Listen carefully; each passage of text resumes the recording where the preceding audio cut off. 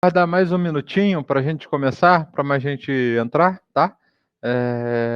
2 minutinhos a gente está começando.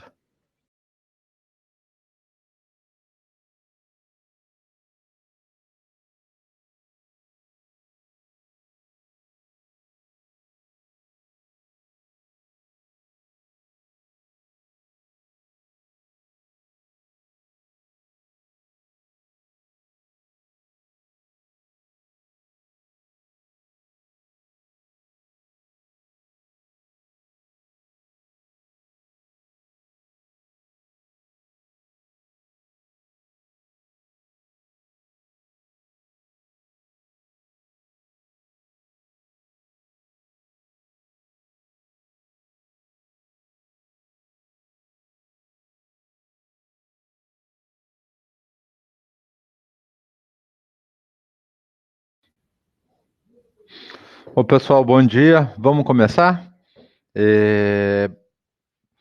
Acho que vocês perceberam, né? O sistema que a gente utiliza para fazer a apresentação, ele mudou, ele teve um upgrade. Muitas vezes o upgrade não agrada muito a maneira que gostamos de ver, então está um pouquinho diferente aí a visualização, mas do que eu percebi, nada que comprometa aqui o nosso bate-papo. Se alguém tiver alguma dificuldade de visualização, por favor, me dê um alô, que aí a gente detalha algum ponto a mais para conseguir passar aí todas as nuances que são interesses que interessam, tá? Sendo e tentando respeitar o nosso horário, o mês de julho basicamente foi um mês que nos surpreendeu, né? Uma série de coisas. Começa da parte política, econômica do Brasil com, com a aprovação do primeiro turno da reforma da Previdência. Agora, em agosto, a gente já sabe que também teve a aprovação do segundo turno na Câmara, com uma votação surpreendente, acima do esperado. Isso daí fez com que o mercado ganhasse bastante tração, o índice de confiança desse uma aumentada, pelo menos do mercado, e a gente até surfou um pouquinho disso aqui na parte offshore, né? Nosso entendimento é que isso feito vai melhorar bastante o fluxo de operações de mercado primário. Isso não vai vir agora. Nós temos ainda uma etapa do Senado para acontecer. Isso deve acontecer entre outubro e novembro. Mas é claro, os empresários, as empresas já estão preparando, já estão botando as coisas para acontecer. Eu acho que batido esse martelo formalizado, a gente tem um país mudando estruturalmente, com o nível de capex aumentando e essas empresas vindo disputar, correndo atrás de dinheiro para fazer investimento. Então, eu acredito que no quarto TRI, mais para a parte final do quarto TRI, início do ano que vem, a gente já tem um fluxo de operações novos e com isso a gente consiga fazer uma carteira, um portfólio mais saudável ainda, com mais diversificação, mais spread de crédito, que é o nosso objetivo, tá? O que tem que se levar em consideração e o que está hoje em dia como principal ameaça é o que está acontecendo no mundo, é o cenário externo, a esse cenário positivo aqui de Brasil, principalmente vindo do mercado financeiro.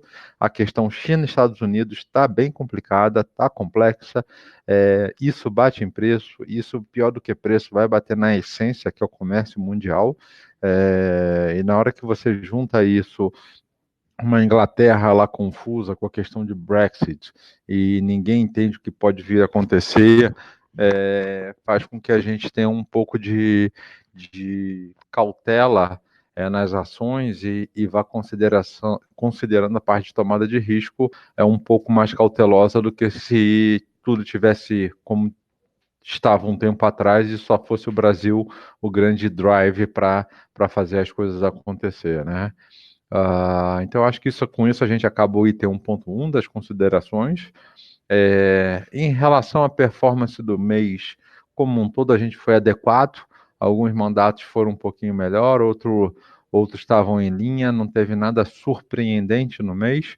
Alguns eventos técnicos que eu acho bem interessante e que vale a pena citar. Começamos julho com um mês que a gente achou que fosse ser muito morno, quase frio. Desculpa, gente, antecipei. Deixa eu voltar um pouquinho aqui. A gente ainda vai para o item 1.2, que é a contribuição de performance, né? É, Os itens que mais contribuíram para a performance aqui dos fundos, de uma maneira geral, foram as debêntures em CDI e debêntures redeadas, então, como onde eu estou passando, nada de excepcional. A gente chegou no. Percebemos que chegou num limite de espera de crédito para muita coisa que está no mercado, que deu. Não tem mais como fechar. Então, aquela farra, e a gente já tinha observado isso aí em julho, aquela farra de fecha tudo, não importa onde esteja, só o fato de existir um ativo de crédito ele já vai ter ganho de capital, parou um pouco. Agora só está fechando as coisas que estão mais gordinhas, isso tanto para o mundo de CDI como para o mundo de debêntures redeadas. Então, talvez tenha valido a pena um trabalho de casa que a gente já está fazendo há bastante tempo, de não colocar qualquer coisa na carteira. Então, isso daí ajudou com o quê? Com que a gente tem um carrego, uma estrutura de carrego e ainda tem alguns ativos gordinhos para dar ganho de capital. O que a gente percebeu olhando para o mercado de crédito, sofremos, claro, mas não foi tão contundente na nossa performance, alguns ativos abrindo e atrapalhando a performance. Vimos isso acontecer em outros fundos aí do mercado, mas eu acho que a gente conseguiu passar um pouco ao largo disso. Por quê?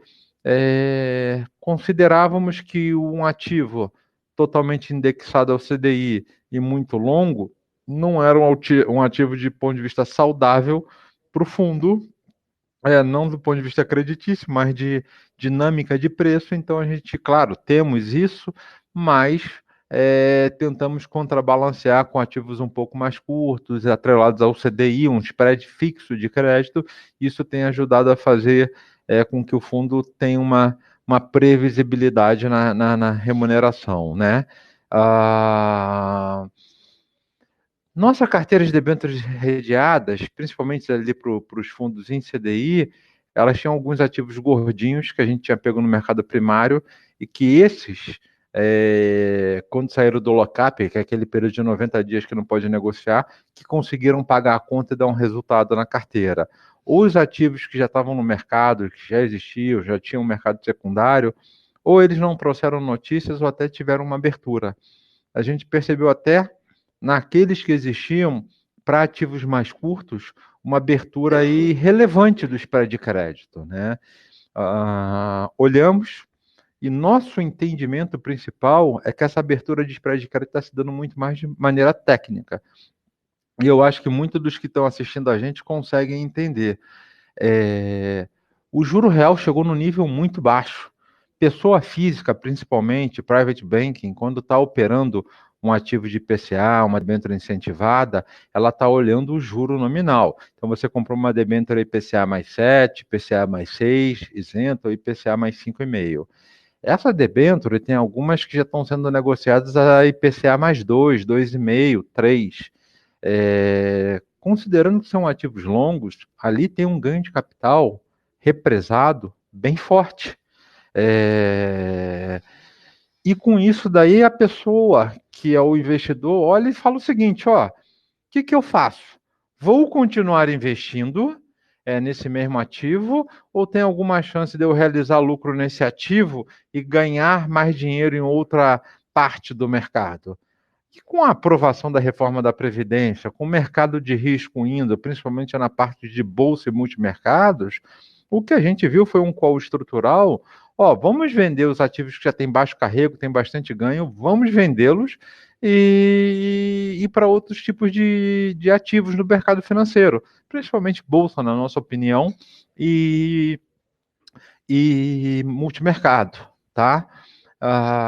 As pessoas foram e sabem fazer conta, elas foram principalmente naqueles ativos curtos, ativos que estavam sendo precificados abaixo da NTNB equivalente. Isso eram os curtinhos. Então, com isso, a gente viu uma abertura do spread de crédito. É interessante esse fenômeno porque ele coisas que a gente entendia que estavam precificadas muito erradas voltaram.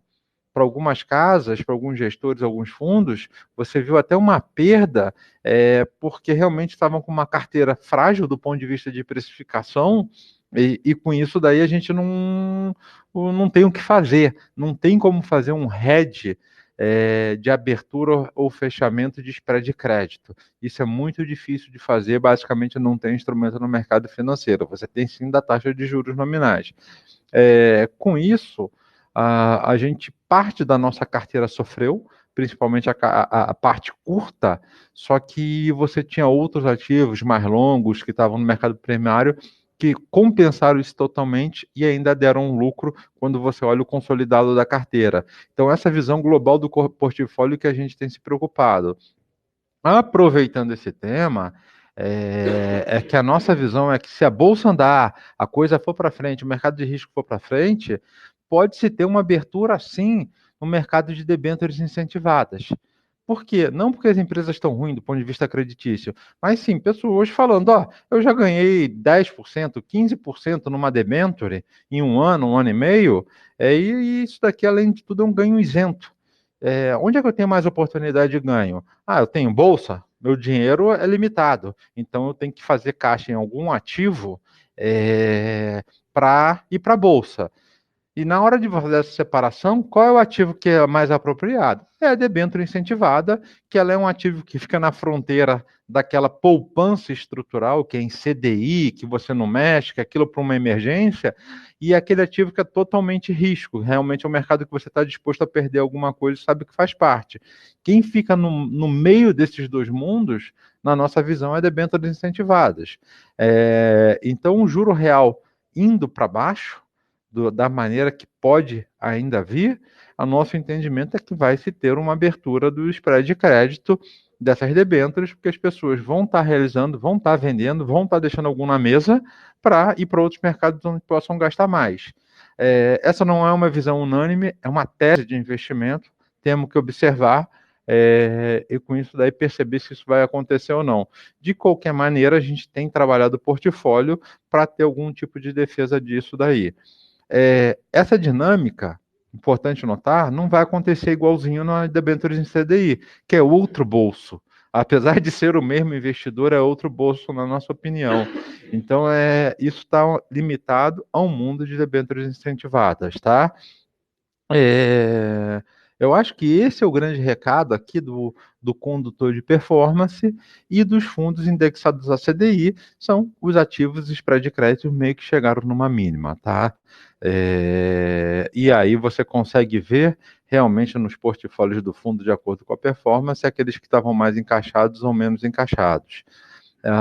Tem alguns detalhes técnicos que depois a gente passa conforme for passando fundo a fundo e a gente aprofunda em alguns casos que aconteceram no mês de agosto, tá? O mercado estruturalmente agora do mês de julho, aquele ponto que eu iniciei e não terminei, a gente achou que fosse ser muito fraco de emissão. Férias, coisas fora do pipeline que não estavam estruturadas, muita gente já tinha vindo ao mercado e feito sua gestão de ativo passivo, o ALM, né? E o que a gente foi surpreendido é que teve um mercado que teve tração. A gente enxergou 20 ofertas, muitas delas ainda no mundo de pessoa física, que não serviam para a gente, mas vieram nesse universo aí umas 10 que cabiam para os nossos fundos, ou com taxas boas, ou operações numa dinâmica que já aconteceu no passado, a gente bateu bastante, que estavam com preços muito errados, e os próprios bancos falaram assim, nesse preço eu não vou vender. E aí trabalharam com a companhia e mudaram o preço da operação. Com isso, o preço ficou interessante, algumas delas cabiam e couberam muito bem no LUT, porque eram operações que tinham bastante profundidade, operações de 1, 2, 3 bilhões de reais a emissão, e para o LUT você precisa de volume, e com preço mais do que adequado, ainda considerando a qualidade de crédito dos emissores, né? Então, isso fez com que a gente fosse, o mês de julho fosse bastante ativo e que a gente conseguisse colocar bastante emissões dentro do fundo para ajustar o portfólio e ter um carrego melhor aí do que a gente já tinha estruturalmente. Então, acho que essa foi a grande novidade do mercado do mês de julho, em termos de ativo. Agosto está morno, não está tendo nada de especial. Entendemos que setembro deve também ser um pouco mais morno, porque vai ter essa mudança aí do acompanhamento da evolução do cenário político, que já feita a segunda votação da reforma da Previdência, as empresas vão ter mais confiança para via mercado, tá? Indo já agora para a parte dos fundos, e naquela mesma metodologia começamos com o LUT, o Altro, que são os principais fundos, e passamos todas as mensagens nesses dois fundos, e o resto a gente vai ser muito mais superficial, porque é uma reprise do que já aconteceu nesses dois fundos, tá? Vou aumentar um pouquinho a nossa visualização e que fica um pouco mais difícil. O grande ponto na carteira do LUT, nós vamos observar a mesma coisa na carteira do Altro, debêntures em CDI, um ganho de capital baixo, vis-à-vis o que você tinha de carrego, uma carteira rendendo um pouquinho acima da rentabilidade intrínseca dela, tá? Então isso daqui faz com que a performance do fundo seja um pouquinho abaixo do esperado. Na verdade, a gente tinha até um ganho de capital maior, teve uma operação que ela abriu o mês de julho tendo um ganho de capital fortíssimo. Foi uma operação que foi muito grande, feita há uns 4 meses atrás, que ficou na mão de poucas casas, e o que a gente percebeu é que uma das casas tentou fazer preço no mercado, vendendo e desovando um pouco desse ativo no mercado para subir e mexer um pouco com a cota dos outros gestores. Uma dinâmica parecida que acontece nos fundos de ações. Às vezes o próprio gestor tem esse poder e ele bate um pouco na cota de todos os outros. Achamos válido, saudável, quer dizer, um mercado com liquidez, as pessoas testando o mercado, então a performance do LUT e até do Alto era para ser na margem um pouquinho melhor. Esse ativo começou o mês fechando muito e depois terminou o mês voltando no mesmo nível que abriu o mês, então ele não deu muito ganho de capital. É uma empresa de primeiríssima linha, uma produtora de celulose, dessas empresas que são muito parrudas, então foi muito mais uma dinâmica de preço num papel que estava uma precificação justa, sem muito espaço para ter ganhos exorbitantes de capital ali, tá? Então, acho que essa é a principal mensagem que fez que o LUT fechasse ali meio que em cima da margem, em linha com que é a rentabilidade desse fundo. Nosso trabalho aqui no mês foi alocar, mudar um pouco a estrutura de carrego do fundo, e é isso que a gente tem trabalhado. Como vocês podem notar, a gente está alocando ainda em ativos, ou seja, consumindo um pouquinho do caixa para isso aqui aumentar, e conforme o portfólio mude, a gente vai começar a vender alguns ativos que têm um carrego um pouquinho mais baixo e aumentar o caixa um pouco do tempo para trazer o caixa mais para perto aqui do que foi o caixa na média do LUT de 50%. Essa é a grande mensagem do LUT. Do ponto de vista creditício, não temos mais nada relevante a trazer, tá? Indo para a parte seguinte, que é o outro, deixa eu só passar aqui e já indo para a tabela de resultados dele, resultado bastante semelhante do que foi no LUT na parte da carteira de debêntures em CDI. Dada a composição e a carteira do Altro, vocês podem observar que o ganho de capital é ainda abaixo do que foi o carrego do fundo, muito diferente do que rodou de janeiro ali a abril, que onde você tinha um ganho de capital dessas carteiras equivalente ou maior ao carrego do fundo, mas mesmo assim, dada a composição, trouxe um ganho interessante proporcionalmente. A mesma coisa na carteira de FDICs, é uma carteira que está encaixada, então também ela não traz novidade, é uma continuidade do que já fizemos. O que é importante mencionar foi a debêntures incentivadas. A gente vai observar que essa carteira já não teve uma potência, já não teve um ganho tão forte quanto teve nos outros meses. Você teve uma diminuição do ganho de capital, um pouco naquela linha que a gente falou no início, ativos longos fecharam mais forte, mais contundente, mas compensado um pouco pela abertura de ativos mais curtinhos, onde a gente teve um ganho de capital aqui ok. Interessante, muito melhor do que as debêntures em CDI, mas ainda nada que chegue a 200 do CDI, como a gente já viu no passado, tá? O que estruturalmente é importante, essa nossa estratégia yield, a gente alocou um pouco mais de ativos aqui dentro, então a gente conseguiu aumentar o portfólio em relação ao que estava no mês passado. É uma estratégia que vai ter uma rentabilidade interessante aqui, ela vai rodar entre 160 a 180 do CDI, e o nosso objetivo é até ela ter mais ou menos uns 3% do portfólio nesse primeiro momento do fundo, em 10, 15 ativos. Então, nós estamos trabalhando, originando ativos para colocar dentro do fundo de acordo com o nosso mandato. E o que eu acho que trouxe novidade, e até nesse mês detraiu um pouquinho de resultado do fundo, o Altro esse mês era para dar algo em torno de 115 do CDI e a cota foi para 110, é aquela carteira off que a gente falou que está ganhando bastante tecnologia. Foi um mês muito produtivo e essa carteira é uma grande aposta nossa, né? O mercado brasileiro está indo de tal forma que se a gente só ficar no mercado brasileiro, vai faltar estratégias para gerar yield todo mês de forma recorrente. Então, a gente tem que ir para um pouco dessa estratégia yield, para ter mais um subportfólio onde você consiga agregar resultado, e a estratégia off, operar ativos de crédito no mundo offshore, começando com empresas brasileiras e depois indo para outras empresas do mundo, principalmente que tenham proximidade e negócios parecidos com o que estamos acostumando, é o que nós precisamos fazer e estamos ganhando tecnologia. O mês de julho foi um mês muito forte no mercado internacional. O investidor de renda fixa, ele ganhou bastante dinheiro via fechamento do spread de crédito. Mercado lá fora, o juros está baixando. Ontem a gente viu que mudou até aquela relação dos juros de 2 anos para 10 anos dos Estados Unidos. Isso faz com que os ativos de mercados emergentes tenham um ganho relevante, e foi o que aconteceu nessa carteira do fundo lá fora, quando a gente olha em dólar.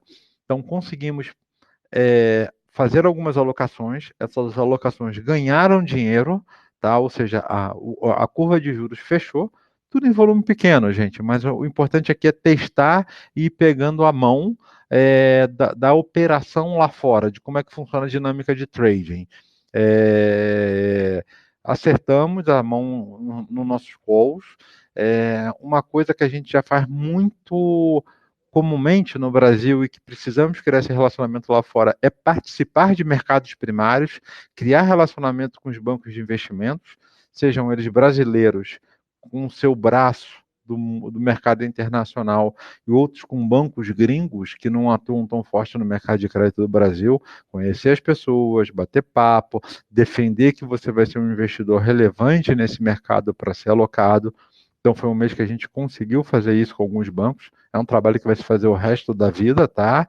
E aí fomos alocados emissões até bem disputadas, e podemos dar um exemplo, o Uzi Minas, que foi uma operação bastante produtiva, a gente conseguiu ser alocado numa operação que muita gente foi cortada, simplesmente que os bancos entenderam que a Quest comercialmente vai ser interessante, vai ser um player atuante nesse mercado de crédito, então eles deram um pouquinho, bem pouquinho para a gente, mas participa, comece a ganhar tecnologia.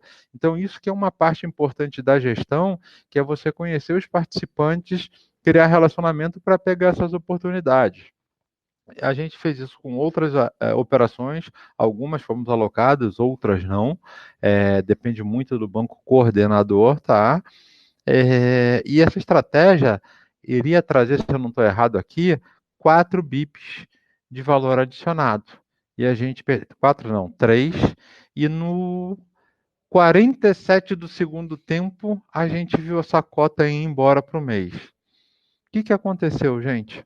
Eu tenho um fundo e eu tenho um derivativo que é o dólar futuro, onde a gente faz o hedge, para simplesmente imunizar o efeito cambial dessa estratégia. Eu mostro para vocês tudo em reais aqui.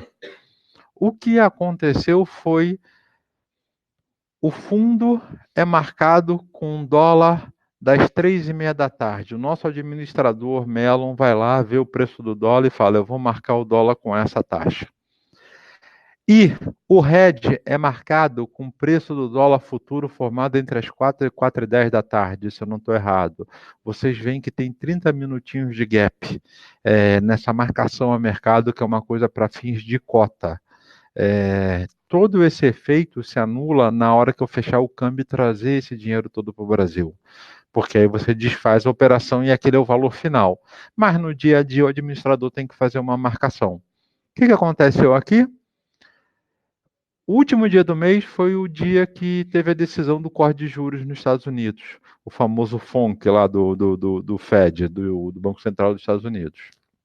E nesse período de 3:30 para as 4:10, onde costuma ser morno, você não tem um descasamento entre o dólar spot e o dólar futuro, teve a entrevista lá do presidente do Fed e o mercado estressou nessa hora. Na hora que você fez isso, a relação entre os dólares, que é uma coisa constante, ela se perdeu. Você teve dólares marcados com mercados diferentes.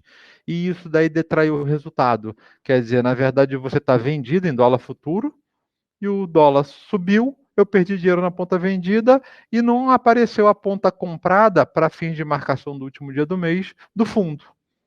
Dia seguinte, no primeiro dia de agosto, isso já voltou ao normal, esse resultado voltou para o fundo. Só que aí vocês não acabam não percebendo, não enxergando isso, porque o que a gente marca é a cota do último dia do mês. Então, isso é mais para fins informativos, aquilo que a gente fala, tem que entender todas as operações, todas as naturezas de operações que acontecem, para ver os microefeitos e saber explicar.